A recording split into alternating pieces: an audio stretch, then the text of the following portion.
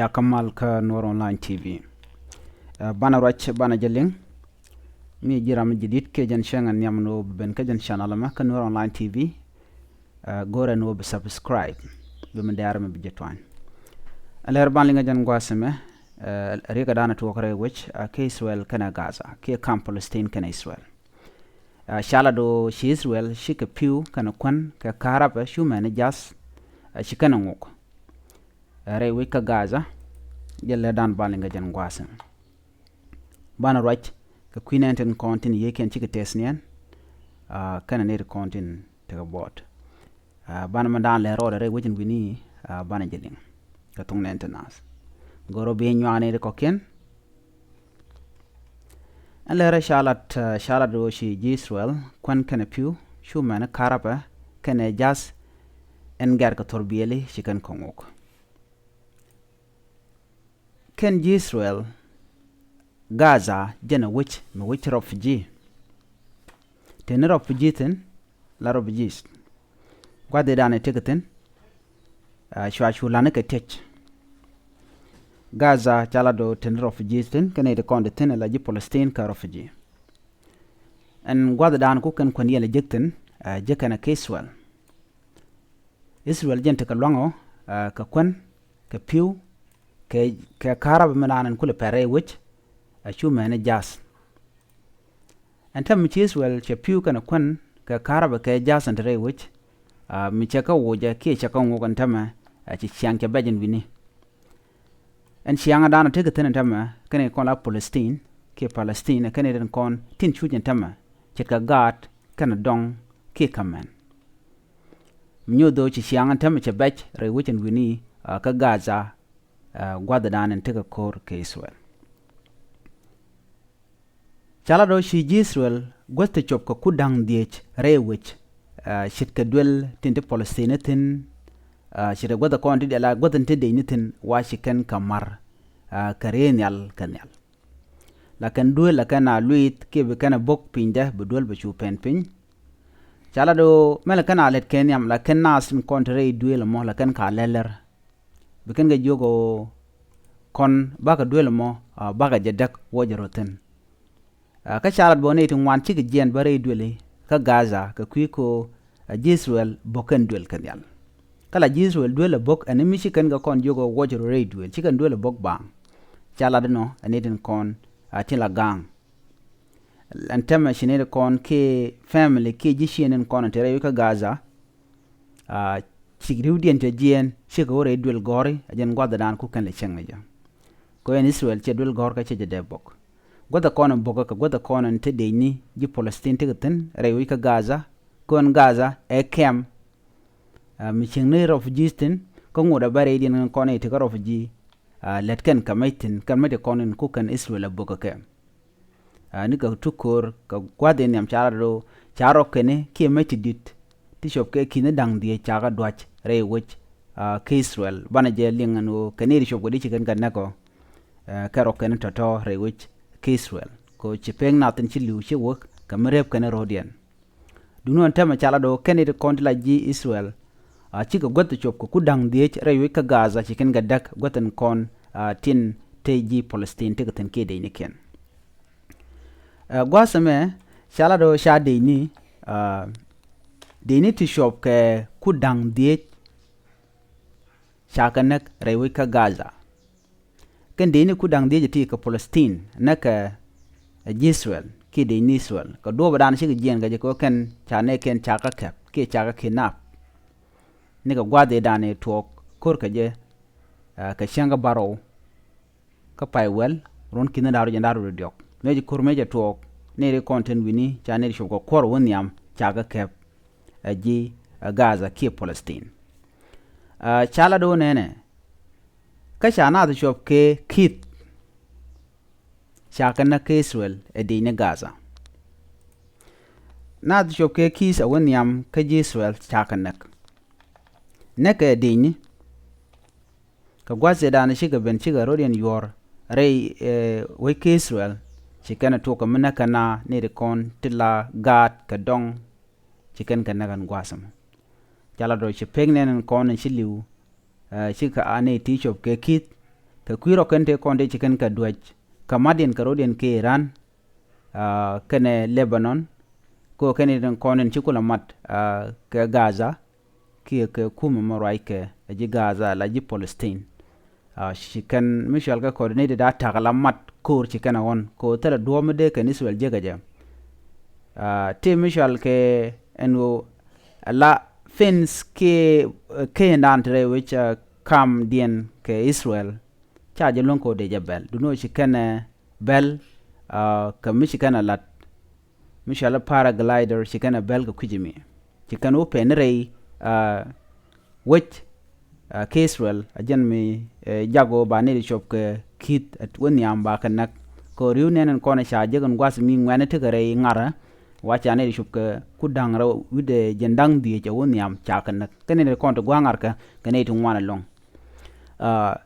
jen min la jen o chane shop ke kit ke Israel cha kanak kene de konen chanak re which ka Gaza chala do kene ti shop ke kudang di Karodian la ji Gaza la ji Palestine du no ke Israel kene de kit chala do chanako chi Palestine ki Hamas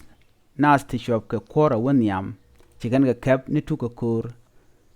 kan nas to ka nas la ji Israel Karodian ke ngwani ti sho gwaz ngara kana gat tuani ka dong ke tor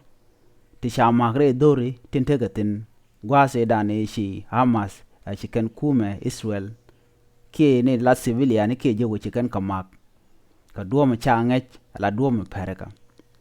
chala do shi Israel de ni Palestine ti jel kere yir wa chicken kanak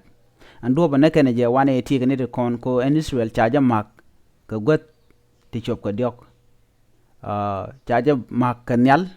chaja mak yir chaja mak pin mnyono cha Israel cha ne de kon la ji security ki intelligence security ki ne kon ngang wedien chikan la do che gang dien che telot ka kwigo kana mo to ki historian no ba Israel ba ne di ngwane che to ba ga nakki ba borderian ki kedien ba jamak chirega ma che to antama re which ke Israel kam dien kana Gaza alamen cha la do Korean kene de kon tila Israel shela do baka Gaza baka jadak jen kuyela nena tama chicken putin konen jen ke Israel tin bere which ka Gaza tin kwala mat enetin te ka Gaza shumene de ni ken ji Gaza ala Palestine cha kan wok tele mishala piu te wora jen tama rewi ka Palestine ke rewi ka Gaza chi Gaza ba cha karaba de cha jan wok ba tele boy ki lamba modob kan rewi ka Gaza en metin konen roi ka Gaza Israel la luet kan tarayen dini jan ke goda konti dini ji Gaza tegeten dakake ko ji kano bene dak en Gaza cha kwena da la kula nun kare which dupin kon nun kwena kare which ka Gaza cha kan wogba ka cha jasan danen ku ji Gaza le ger ka torbiyele ke je cha jin wogba ji Israel ko kan ti ka tin konen jek ji Israel ka tin jek ji Gaza ka Israel ala benefit ko kan ji Israel chika lat ku kan ji Gaza kene kontre ka Gaza ku kan kala lok Gaza point the refugee camp kwala lok naka chwa chu la tejin wini dungno ka kor dana tuok radian nana gwade dana to goro de keje ter ji Gaza gor kano de Israel de ke jien ku kan la nek ni ji Israel michi Israel michi kan kulo ganka rodien balaro yen sham jek chajalat kan Israel kan ji Palestine kan gama makanyam ana kore kone ala re ka Bible kan wo la kan wo kor duno ga jan gwasmen tama chala do tele kor mi cham to go Israel ne re kon tin to go kor ka ji Palestine chi mi cha chu je ga jan Saturday ke shanga baro ka paywel ron kin da janar do kan to koro a perkan na ka chu na chu kep ne de kon tin kula right ka kwiji Hamas ke Palestine ala Gaza man lat kene kem diplomat ne ken de kon tin dier ke ting ne kero ka Gaza tin lat ken ke te gwa kam de mal de jenung re wedien ko man lat kene la ka ti keno ken maninat kene gad tien tin nagyen ke angum goriena menek yana ka je ba mal ba je nungde rewich kam dun ke Israel aken Israel aka jen gwat ten konti chiken kayat pinke gwat konan teketen ka gwat ti be Israel ten ka gwat mshowa mananan Allah kan demand ti kiten gorkan kan ji Palestine ke ji Gaza shi mi tek shi mi pyro da tok a gwat mananan long amma ka ne ten nogode na ta mal ce jikan ga palko kan bateka rai wintin teketen dungno ka dilwaj ko la kwara be na mabelwan ala kan nagdien ke Israel ba mal bejeno name akel mi bej ko an human being charge denak dillana je ka do mo gwa duno ken gor no bekan number midit ke kwen midit ke bon midit bekan na ke Israel allo lel ken record ko ba lele record shi ne te nak ne tungwan chicken dier kare ga dan bo ben ka kora chentam ma cha jas ka kwen ka kara ba cha ka ngugan tamare wich ba kulu tedi ne de kono bicho de je ka gat tiane kana dongten kono kwishkango tato keriknen kon tin to ka tamare wi ka Gaza shushke entama a shangne me teken ke de ni te bumo te ka met dit ko kan cha ka lok a jiran anyok bare kore me te ka ne de chiro dien matten ne de chiro matten ka ji Russia Lebanon ji Egypt ji Syria kene ti chiro matten lo ku kan chonkel kanga chunkan kel ke Gaza ala Palestine akan man shunkan kel ka Palestine ka je ko kan ka je ter ji USA ki United States America tikan ake ka ngen medit ke USA nyer ke USA ka dom la de USA che goro bnaure mala ka USA la kula tu ga new bana ba ka gang mate ka kormi shi atok ko ga ti dia la rien let la USA la ya chu gwa da ni shi akorun shi ajato dungno ne den kokien ten kon gweje ka do gweje kene ji USA kene kon la ti jegla ka to kenyam ka do badan chikan lat keje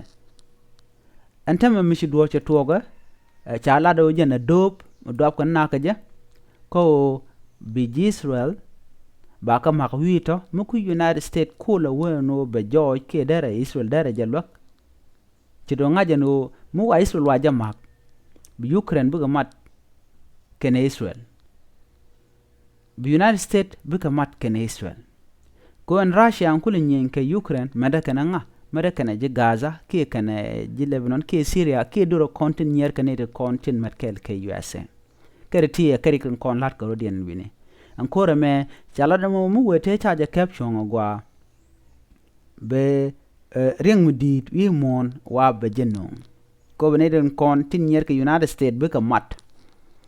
birega ngwasmo ba chuto ke ba kor ba chudatin ene me chala do chaje gor e dertitin nyen kwal go de dom ngwa mi de ne den kon lat ke jek de ka kep ke je ke de ga nyodo na meriak duno ne den kontin kureg lat ne de kon kana kep she kan ji Gaza ke Palestine ci gana ti kana kep ne de korte wich lat kano te ke ne ke ente cha yen re wich ke Israel titine ke rundi jen ngwa re ti jen ko ne ti ne sha yen ton ka do badanan she je alakan yana ga ka rikt didi kan kalat mun yuzu an mu gor kana lunga ne ti chiri ke galat de lo nyon de kula binari munin mi tede re ga de kana bu nyokol ne mi cha ka luñ ka ben yarar ko jal ka nget kel ko de ko de kana dak ala na mu gor ko baran ba luñ ka mala ki lor sha jat lel ga kor la lel ne diplomat kini de kontin la je wuj bu ko ray kana ti anta mo go ne mal ne ko cha ka de luñ ba ka kula guñ mu ga ne de sha yen ka pek te ga din ke cha ga yen ka pek ma tot ba kula nyokol nya la mi mal mu yene te gor mal duno wu yene nang ne ti dit gat men ne de ku kangu e ko ba ne kun ba ka luñ na mo tele justice ke tok moderno ke tele lung mu tok moderno ene me jen dana jes ka lot jesu long ko cha ne ken dong men ne de ku kangu cha ka nak ke cha ka kep ji Gaza ko je kan la do Gaza yu kep ko ne ti la ji Palestine kep kan jesu ko mishi jesu lo be ka kor lo be ne ken bangang beken Israel beken kalat niam bugu ba yo naga de ni ken ko la de ni Israel ajana mon nyu de la use kan la human shell namo ayekel medir long anta mishi ci Israel ci loidi ni ci je ko men beken lel beke Gaza beken dak do baran chalat ke je korean ne Benjamin namo ajana dan ande yelen ka jan gwasame mi jiram jidit gore jin be subscribe ke bi nyane ko ken ko gor kono de lere de kana won yam en kora to gare wi ka gaza kam nin ken Israel kor mi dit mi kor wi mon mi gor gwen mi gwa ki go tien mi gwa ko ne me chala re bible ba wana chicken gor de to de ken la let bi ka ye mak ki bi ka ye nak ka chicken admit ke chicken la ro chine der chine lat Israel gan kana rodien jela la kana leli chan na me jele dande yeli nga jan gwasme mi jiram jidit ki jan channel me bi gor jin bi nyane ko ken ko de lere de ken kula chu gonde ko ken bi ataka mal bye bye